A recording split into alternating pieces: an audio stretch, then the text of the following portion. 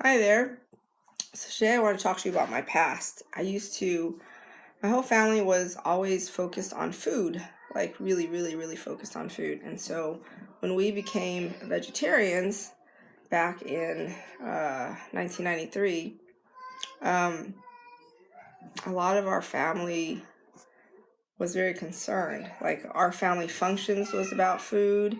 When we honored our ancestors, like my parents, my dad's parents, it was about food. It was like, okay, well, a lot of the husbands would come to eat food and to drink beer, and it would last into like it was probably start like at 10 or 11 in the morning, and then it would probably end up like at 7 o'clock at night or later.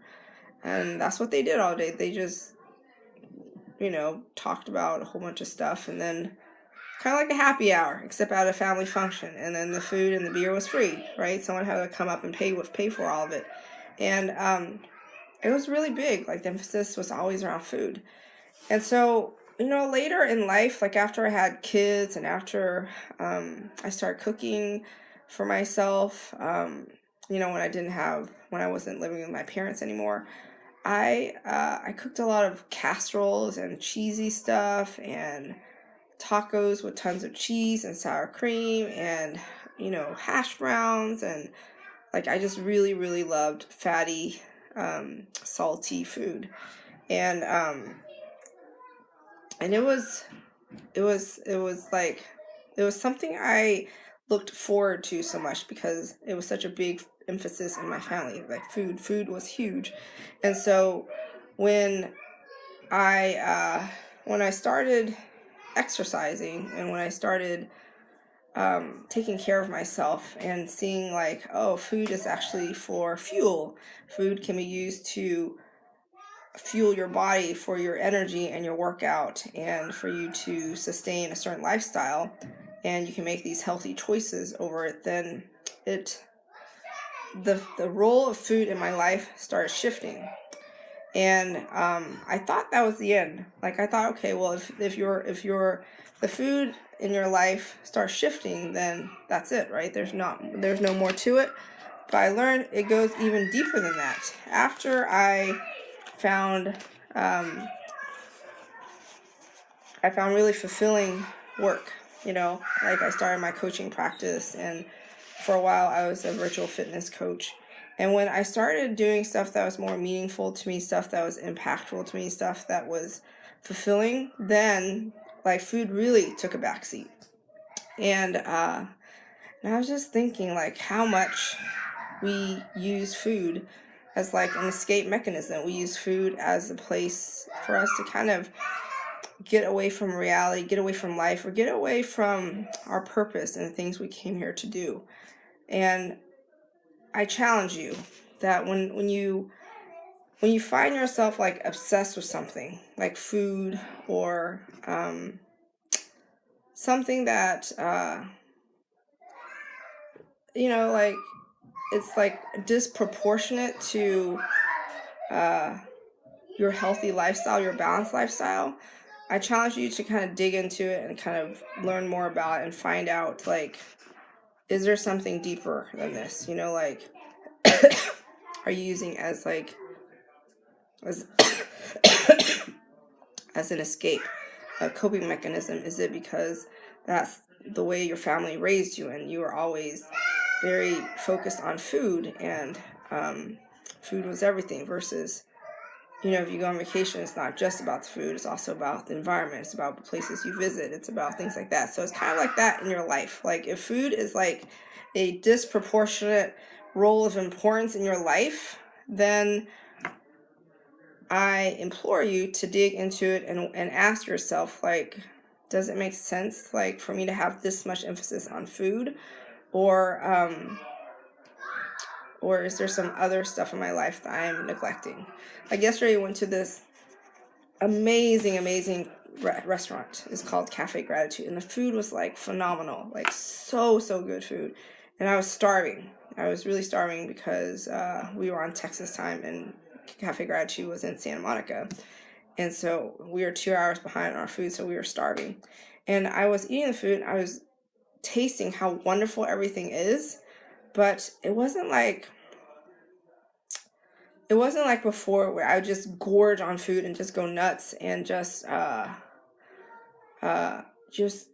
escape in it. It was more like, oh, I'm tasting this food, is so good.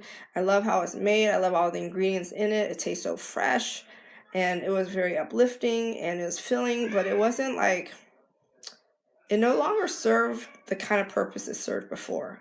And I think part is because I finally found something that's truly fulfilling to me, which is my coaching practice, working my soul elevated life.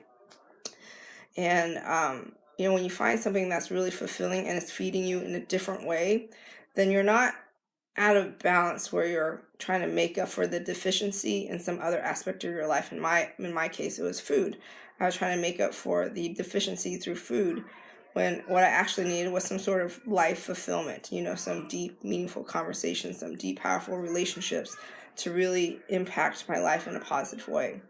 So I challenge you, you find yourself like really going nuts about food and it's like disproportionate, dig into it. Is there areas of your life where you're neglecting that is out of balance, and so the food is kind of trying to make up for the imbalance?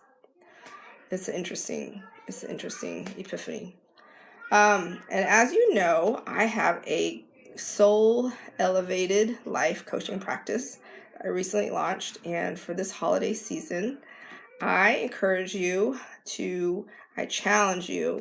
to invest in yourself. This season, instead of buying sweaters and soaps and candles that diminish over time, I challenge you to think outside of the box, to get creative this year, to choose you to invest in yourself by hiring a coach.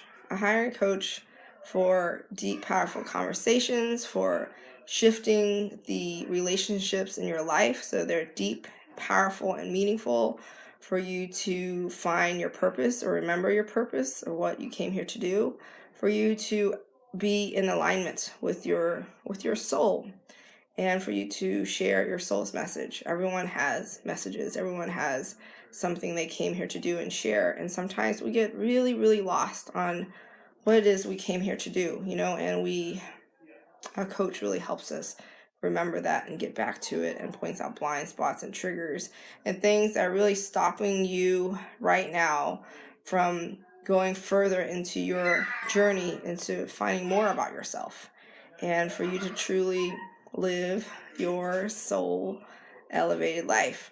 There's just there's an effective way to do it, which is through a coach. That's very fast and effective and very powerful. Or you can do it on your own, but I think it would take much longer and it'd be a lot more laborious. Not that one way is easier, or not that one way is fast, the right way or the wrong way, but I prefer to have some help. We're on this planet with 7.5 billion people. We all need each other. We're all connected. There's a reason why we do what we do, and that's why coaches out there exist, is to provide that service to you so that you can truly operate efficiently when it comes to truly finding yourself and to truly shifting your mindset about relationships in your life and the way you look at life, and having just profound epiphanies and discoveries about yourself that you may not realize could be holding you back. Sometimes we have these triggers, these conversations, and we don't realize they're not serving us. And having a coach is so helpful because she can totally help you see all of that you don't see. I highly, highly encourage it. Having a coach completely transformed my life. That's why I became one. That's why I trained under one, because it's so powerful. It's so deeply, deeply fulfilling. I love it to death. It's something I absolutely adore and enjoy, just talking to my clients and really hearing about the challenges they're facing or triggers they're unaware of, or the ways that they can shift their perspective and truly transform their lives and their relationships with the people that really matter to them. I have gift certificates on my website. I have rates that you can see how much it costs to work with me on a one-on-one personal basis. That's the most powerful, efficient way to have massive transformations is through having one-on-one coaching sessions. First coaching session is around 2 to 3 hours long, and then after that, each weekly coaching session is about an hour. And that is where the massive transformations take place and all the enlightenment takes place. And I'll record everything so you can re-listen to it and pick up things that you've missed possibly during the call, because usually it's a lot of stuff to process. And check out the testimonials on the website. I will post more as I get more.